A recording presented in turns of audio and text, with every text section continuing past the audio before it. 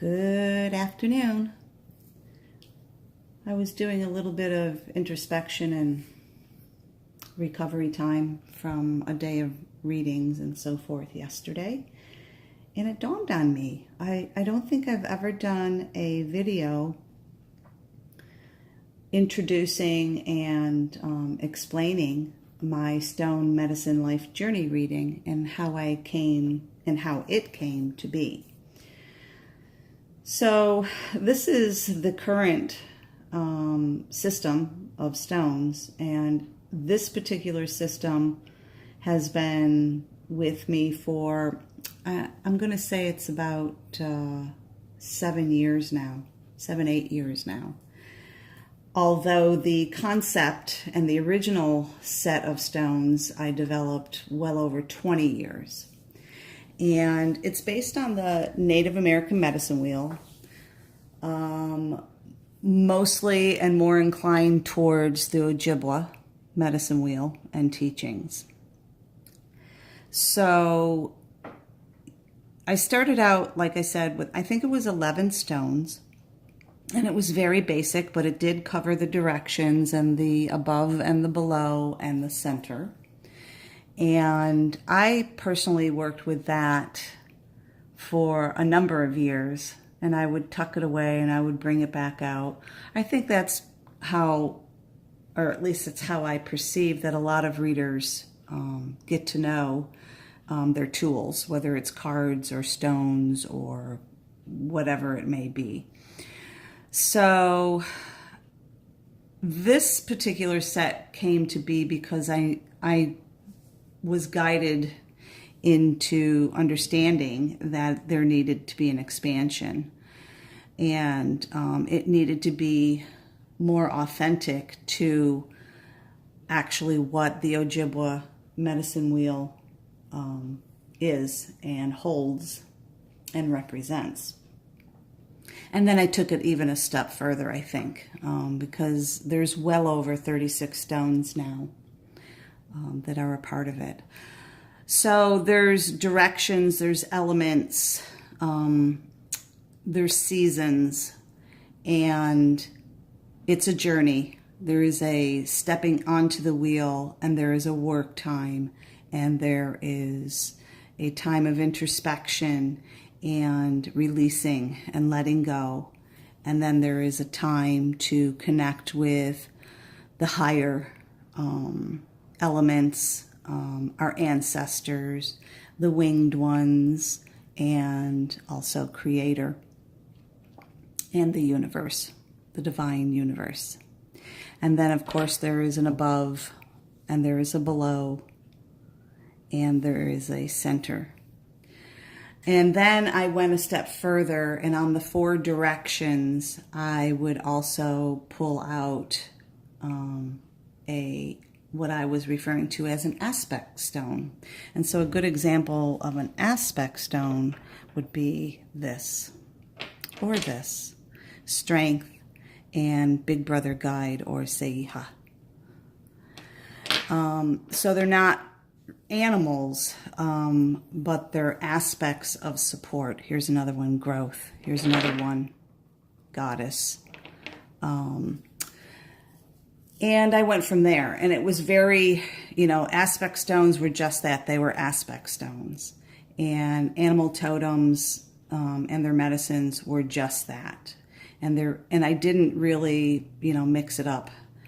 And of course, then it developed one more step into, why am I being so rigid? Just allow it to be.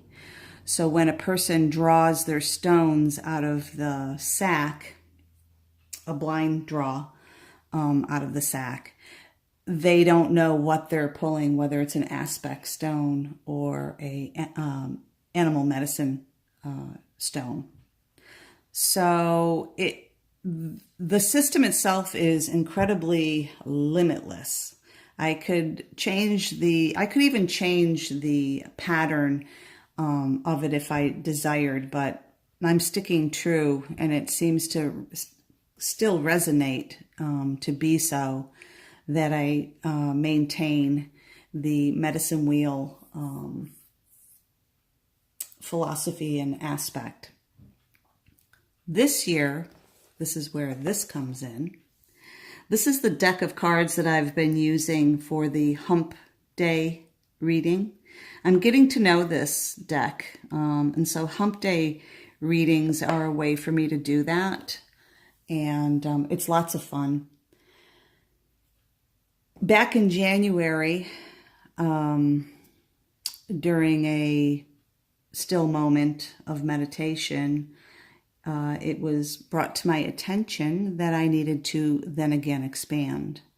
And I, like a 2-year-old, kicked and pouted, and I didn't really want to go through the process of searching for stones, picking stones,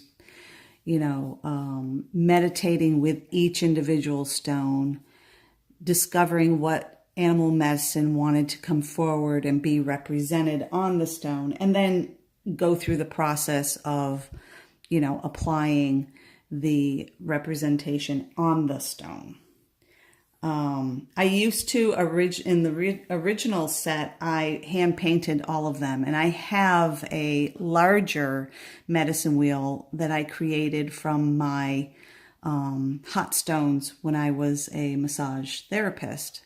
I took a good portion of those stones and I made for lack of a better term, it's a transportable medicine wheel, with the intention that I was going to tote it around and educate and bring people into the experience of the medicine wheel. And that hasn't quite developed, and that's quite okay. There may be a time and a need and a purpose for that, but it was a period of time where I was creating.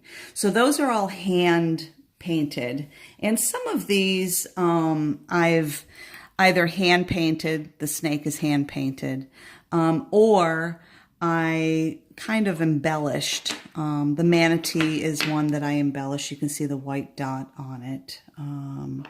There's more, if I can find them. Otter, I put the red spot on Otter's heart. And there's a few others here that are hiding. Hello, where are you? Not really sure where they are. That's curious. Anyway, lightning bug. There you are. Lightning bug, you can see the kind of glowy little green spot. There's a few that are embellished. So anyway, it came to me that I had to expand, and I kicked and screamed like a child. And one day I was really intentionalizing and manifesting more depth and clarity on that. And I needed to be given a sign as to the potentials of what that could be beyond stones. And I never really considered a card deck because I've never seen one that that has completely captivated me and drawn me in, until I found the Wild Unknown Animal Spirit deck. And it was, of course, the Dragon Eye that drew me in. It's just majorly intense and beautiful and yummy. So that then became the extension to this. So that's what I'm in the process of. I'm actually in the process of incorporating. I just started in my readings my private readings that I do, incorporating the cards into the 4 directions in support of the stones. So it's a layout of the stones and then a draw of 4 cards to support the 4 directions. And I suspect that will eventually grow and develop as I get more comfortable with the deck. It will grow and develop to, there will be as many cards as there are stones on the table, with message and guidance and wisdom and potentials. I speak often of potential because my feeling is it doesn't really matter how amazing a reader you are, if the client takes what you're saying and does not apply the lesson, the wisdom that is being offered, whether it's through that person directly, through their cards, or through whatever tool or tool that they're using. So it then becomes, in my eyes, a potential. And I always tell my clients, these are all potentials because you are being given these medicines as assistance, support, guides, etc. Empowerment is a huge aspect of this reading. But you can't be a fat cat on the couch and sit back and expect, everything to magically manifest for yourself. Anyone that understands the art and the perfection of manifestation understands that there has to be a solid intention and a flow or an action to it, along with thoughts and words. It's kind of a basic. So I speak a lot about potentials. It can go, it can flow, or it can just hang out and wait for you to kind of not be lazy and apply. So that's really what it's about. I just wanted to share this system and kind of allow you to see what the stones are all about. I've had several people over the years ask me to teach them the system, and I haven't done it because I have been guided. I was guided many years ago to keep the system close to me and to my heart, that it is definitely soul work for me. And so in this world, I went ahead and I copyrighted the system for its protection. That doesn't mean you can't, develop your own beautiful stone system, but this cannot be or should not be copied. And that's the story. And I love sharing. They are a part of me.